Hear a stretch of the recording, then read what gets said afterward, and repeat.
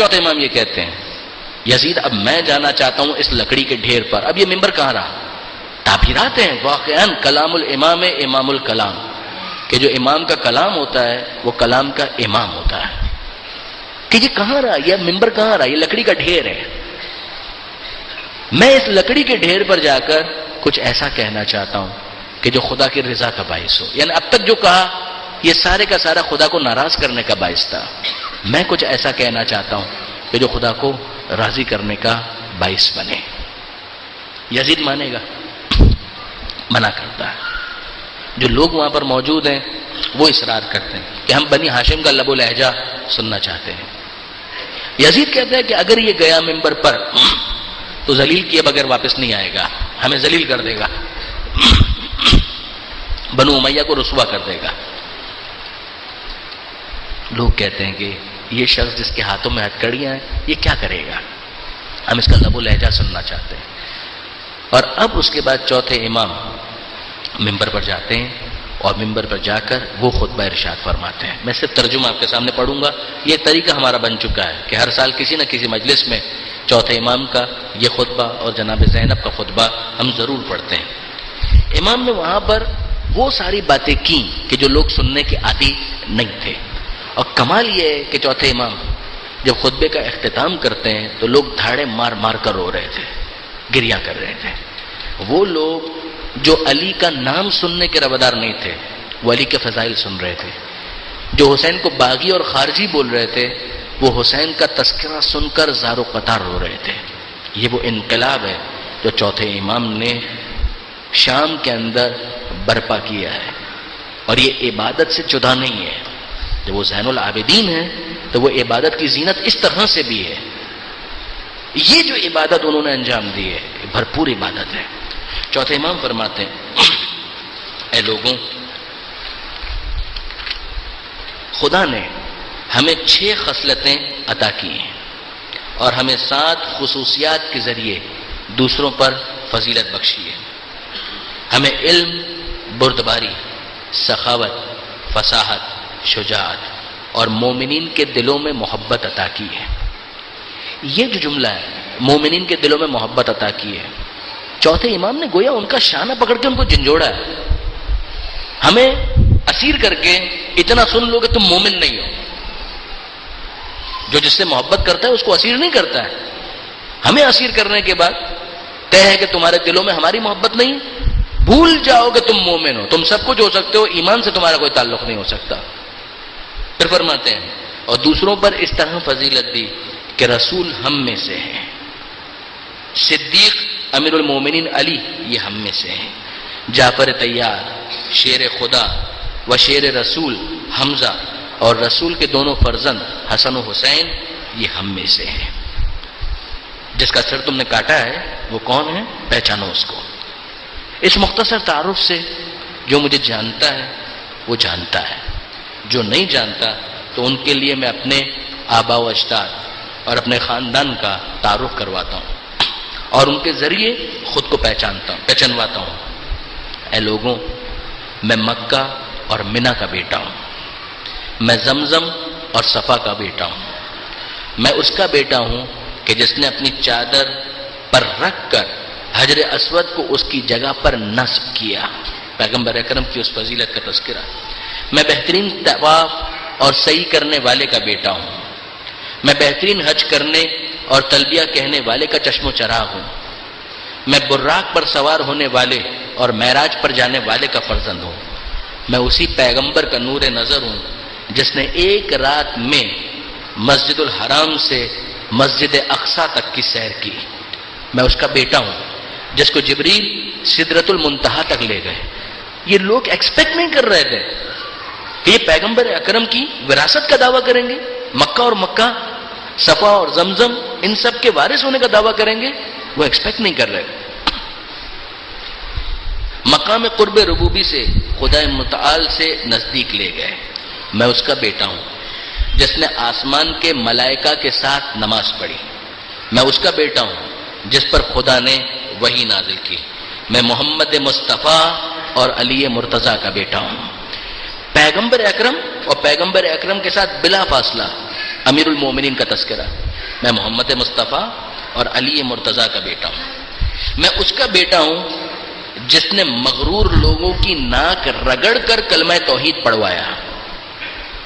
یہ بدر یاد دلوا رہے ہیں، احد یاد دلوا رہے ہیں، یہاں تک کہ 8 ہجری کے اندر فتح مکہ وہ یاد دلوا رہے ہیں کہ یہ لو، یہ یزید کا باپ، تم اس کو ہمارے سامنے پیش کر رہے ہو، اس سے ہم کو کمپیئر کر رہے ہو.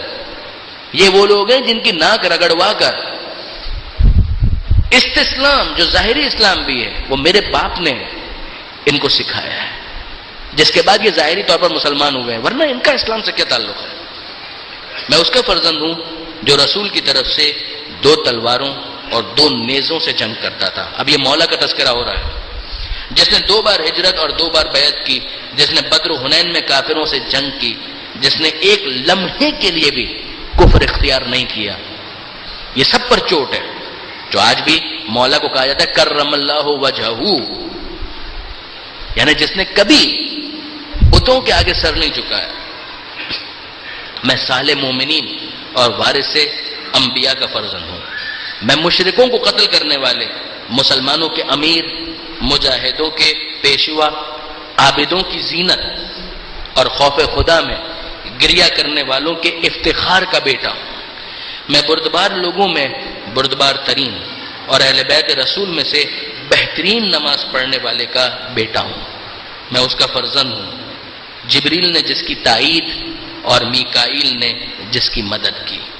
میں اس کا بیٹا ہوں جس نے مسلمانوں کے حرم سے دفاع کیا اور مارقین، ناکسین اور قاصدین سے جنگ کی، جمل، صفین اور نہروان. میں اس کا فرزند ہوں جو قریش میں سب سے بہترین ہے. میں اس کا بیٹا ہوں جس نے مومنین میں سب سے پہلے خدا اور رسول کی دعوت قبول کی. میں ایمان کی طرف سب سے پہلے سبقت کرنے والے کا بیٹا ہوں، سرکشوں کی کمر توڑنے والے کا بیٹا ہوں، مشرکوں کو تہہ تیگ کرنے والے کا بیٹا ہوں.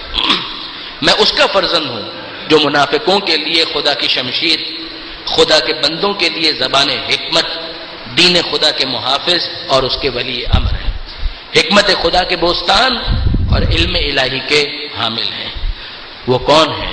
وہ جوان مرد، سخی، شریف، نیکیوں کے جمع کرنے والے، سید، عظیم، ابتہی، خدا کی رضا پر راضی، مشکلوں میں آگے بڑھنے والے، صابر، روزدار، ہر آلودگی سے پاک اور بڑے نمازی تھے.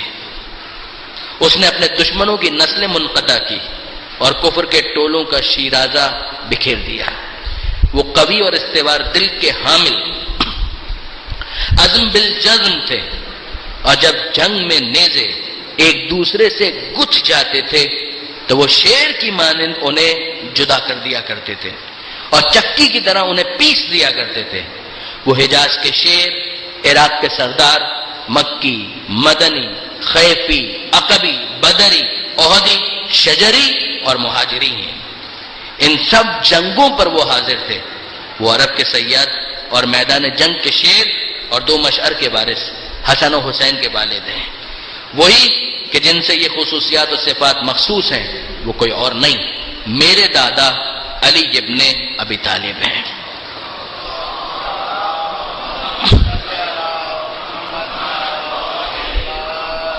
اب آپ اگر غور کریں، ابھی تک چوتھے امام نے جو تعارف کروایا، مکہ و مدینہ، صفا، زمزم، ان کا وارث ہوں. پیغمبر اکرم کا تذکرہ کیا، میں ان کا وارث ہوں. اور پھر یہاں پر امیر المومنین کا تعارف کروایا اور اس کے ذریعے سے اپنا تعارف کروایا، میں علی مرتضیٰ کا وارث ہوں. اب اس کے بعد چوتھے امام فرماتے ہیں ثم قال انا ابن فاطمۃ الزہرا، میں فاطمہ زہرا کا بیٹا ہوں. انا ابن سیدۃ النساء، میں جنت کی عورتوں کی سردار زہرا کا بیٹا ہوں. فلم یزل یقول انا انا، اور اب چوتھے امام مسلسل اپنا تعارف کروا رہے ہیں، کہہ رہے ہیں میں اس کا بیٹا ہوں، میں اس کا بیٹا ہوں، میں اس کا بیٹا ہوں. حتی زج الناس بالبکا والنہیب، یہاں تک کہ لوگ دھاڑے مار مار کر رونے لگے، ان کے آنسو تھم نہیں رہے تھے. وخشع یزید ان یکون فتنہ، اور اس موقع پر یزید نے یہ خوف محسوس کیا کہ یہ تو معاملہ میرے ہاتھ سے گیا.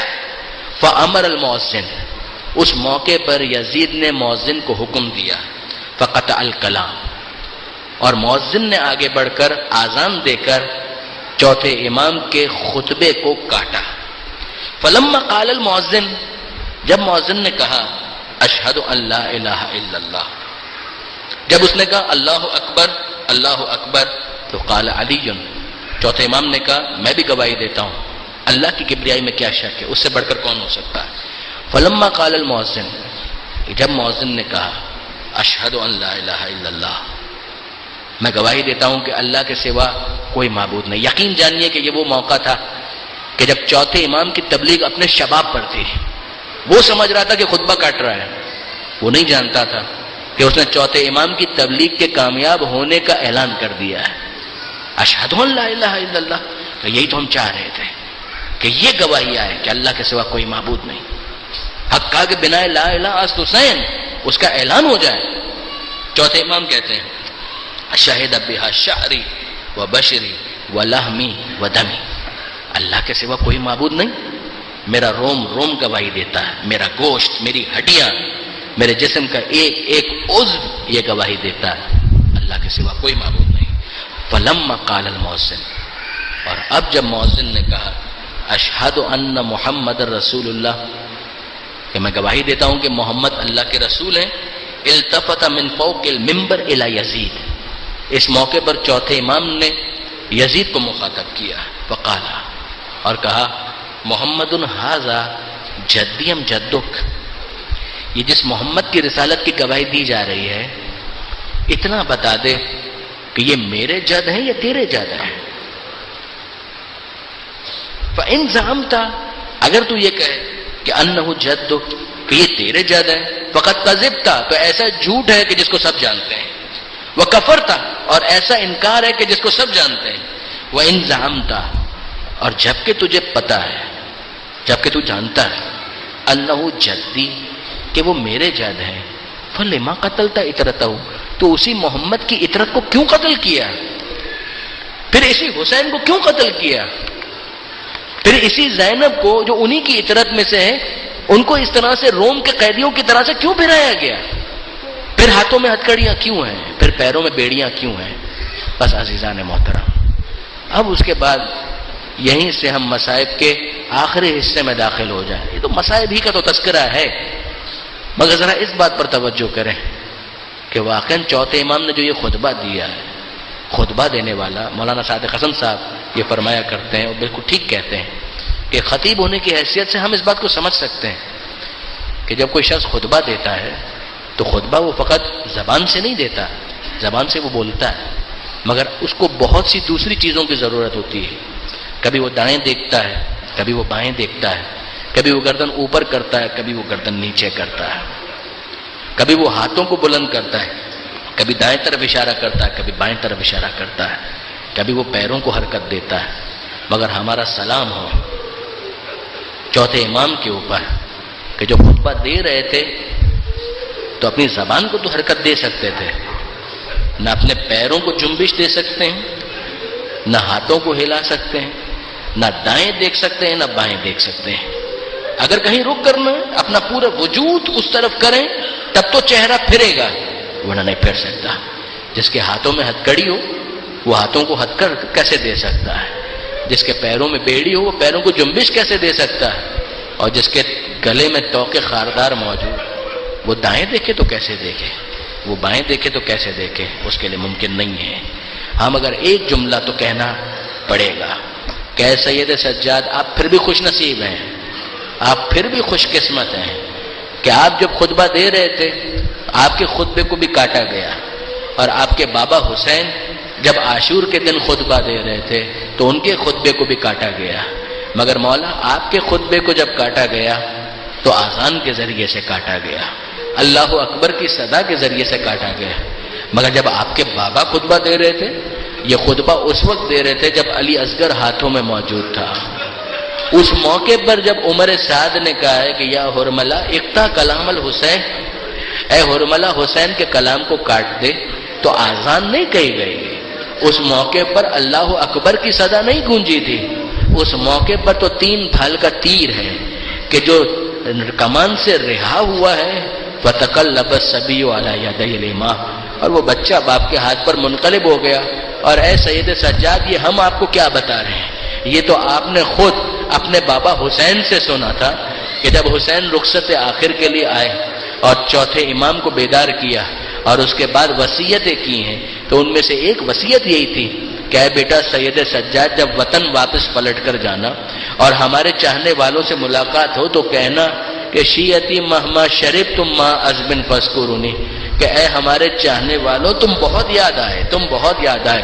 بس یہ یاد رکھنا کہ جب بھی کبھی ٹھنڈا پانی پینا تو اپنے پیاسے امام کی پیاس کو یاد رکھنا، اور بیٹا سید سجاد ان سے یہ کہنا او سمیتم بے غریبن او شہیدن فندبونی، کہ اگر کبھی سنو کہ پردیس میں کوئی مسافر مارا گیا تو اس پردیسی مسافر کا ماتم بعد میں کرنا، اپنے پردیسی امام کا ماتم پہلے کرنا۔